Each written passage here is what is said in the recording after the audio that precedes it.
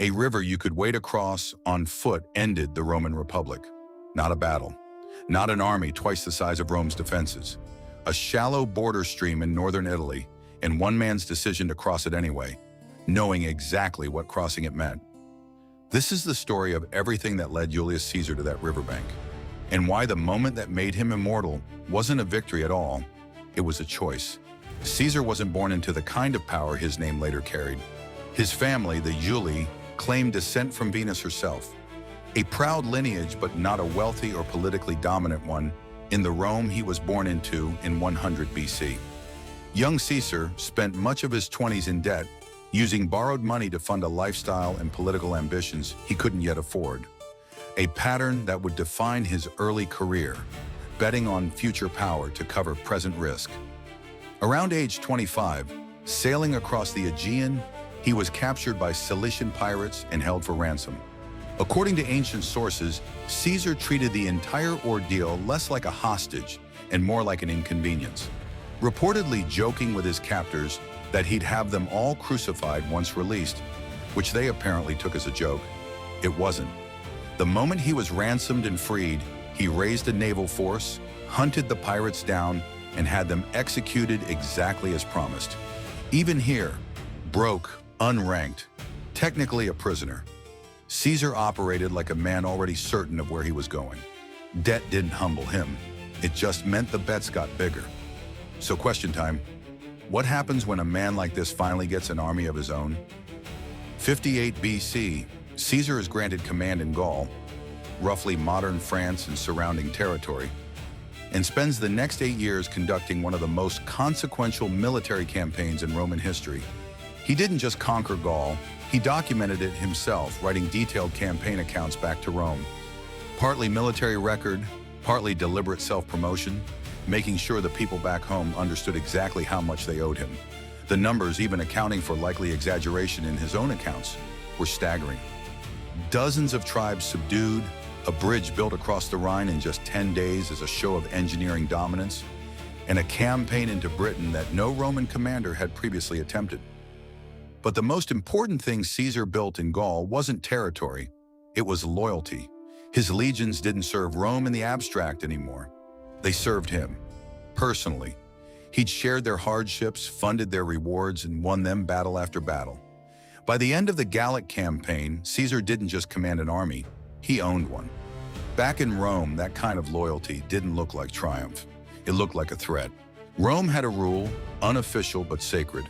No general brought his army across the boundary into Italy itself. The army stayed at the border. The man could return home, alone, unarmed, a private citizen again. Caesar's political rival, Pompey the Great, once his ally, part of an informal power-sharing arrangement with Caesar and a wealthy politician named Crassus, had drifted into alignment with the Senate as Caesar's power in Gaul grew uncomfortable to watch. The Senate's message became explicit. Disband your legions, return to Rome as a private citizen, or be declared an enemy of the state. For Caesar, this wasn't a neutral request. Returning without his army meant returning without protection, and his political enemies had made clear they intended to prosecute him the moment he was vulnerable. Compliance wasn't safety, it was surrender dressed up as procedure. He was being asked to hand over the only thing standing between him and ruin by the very people who wanted him ruined. Think about this. He had exactly one legion with him at the border and one decision left to make. 49 BC, the Rubicon River, a modest, unremarkable stream marking the legal boundary between Caesar's province and Italy itself. Crossing it with an army was, under Roman law, an act of war against the Republic. Not metaphorically, literally. There was no version of this decision that could be walked back afterward. Ancient sources, though likely embellished in the retelling, describe Caesar hesitating at the riverbank, weighing the finality of what he was about to do, and then reportedly speaking the words history remembers. Elea iecta est, the die is cast. This is the moment we're sitting with, more than any battle in his career. Caesar had already won Gaul. He'd already proven he could outfight, outorganize, and out-loyalty build anyone Rome sent against him. None of that was the hard part. The hard part was this: choosing, deliberately, eyes open, to become the man who broke the Republic, rather than the man who quietly disappeared from history as a general who complied. There was no tactical genius required to cross a shallow river. There was only the willingness to accept that once he did, there was no return to the life or the Rome that existed before it. That's what breakthrough actually costs sometimes. Not risk to your life, risk to the story you get to tell about who you were. The choice was made. Now Rome had to live with it. What followed was a civil war fought across the entire Mediterranean world. Italy, Greece, Egypt, North Africa, Spain. Pompey, despite commanding the Senate's forces and considerable resources, made the same mistake so many of Caesar's enemies had made before him. He underestimated how far Caesar's loyal, battle-hardened Gallic veterans would carry him. At Pharsalus, in 48 BC, heavily outnumbered, Caesar again outthought rather than outmanned his opponent.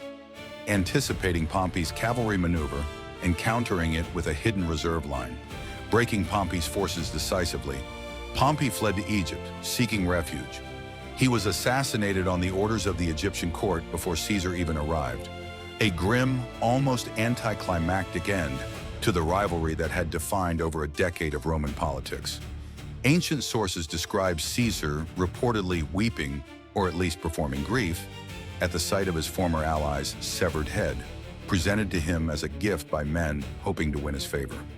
Whatever Caesar actually felt in that moment, the war for the Republic's future was now his to decide alone. Think about this. Winning the war turned out to be the easier problem. What came after was harder. Caesar returned to Rome not as a conqueror asking for approval, but as the only man left standing with the power to reshape the state entirely.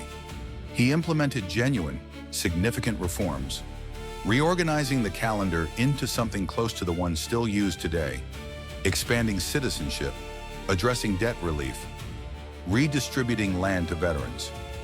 Whatever his ambitions, Rome's practical governance improved under him in measurable ways. But he also accepted the title of dictator, initially for a set term, and eventually in 44 BC, dictator in perpetuity, for life. This is the part of the story that complicates the hero defies a corrupt Senate version of events. Caesar hadn't broken the Republic's rules just to restore a fairer version of the Republic. He'd broken them ultimately to become the entire system himself. The Senate that had once feared his army now feared something worse. A Rome where the Senate's approval was no longer required for anything at all. Power once seized through defiance this total rarely knows how to hand itself back. Listen to this. The men who once served beside him were about to answer that fear with a different kind of decision. March 15th, 44 BC. A group of senators, reportedly numbering around 60 conspirators, led by Gaius Cassius Longinus and, most famously, Marcus Junius Brutus, a man Caesar had trusted, possibly even a personal favorite, surrounded him in the Senate meeting hall. 23 stab wounds, according to the historian Suetonius. Most, by later medical assessment, likely not individually fatal. A chaotic, almost frantic killing carried out by men who weren't soldiers, but politicians pushed to an extreme they'd never trained for. Whether Caesar's final words were actually directed at Brutus specifically, the famous line is more legend than confirmed history, the symbolic weight of that particular betrayal has outlived any uncertainty about whether he said it at all. The men who killed him believed they were restoring the Republic. Rome, in fact, was about to spend the next 13 years in further civil war before Caesar's adopted heir, Octavian, would go on to found the very empire the assassins had died trying to prevent. Killing the man didn't kill what crossing that river had already set in motion. See, the choice at the Rubicon outlived the man who made it. He didn't fall at the Rubicon. He fell in a room full of men who once called him ally. But the river is the part of this story that actually explains him. Everything after it, the war, the power, even the dagger, was just the world responding to a decision he made alone, on a riverbank, with everything to lose, and no path back to the life he'd had before. That's the part of defiance nobody tells you when they praise it. It doesn't end when you win. It just changes what you're required to become next. Stories like this, the ones where one choice reshapes everything after it, are why this channel exists. Every warrior we cover here was forged the same way, through discipline, through failure, through the long, unglamorous work of mastery. If this story meant something to you, subscribe. There's another warrior waiting in the forge. Share it with someone who needs to hear it. And if you want more stories like this one, hit like and let the channel know. That's the Forged Archon.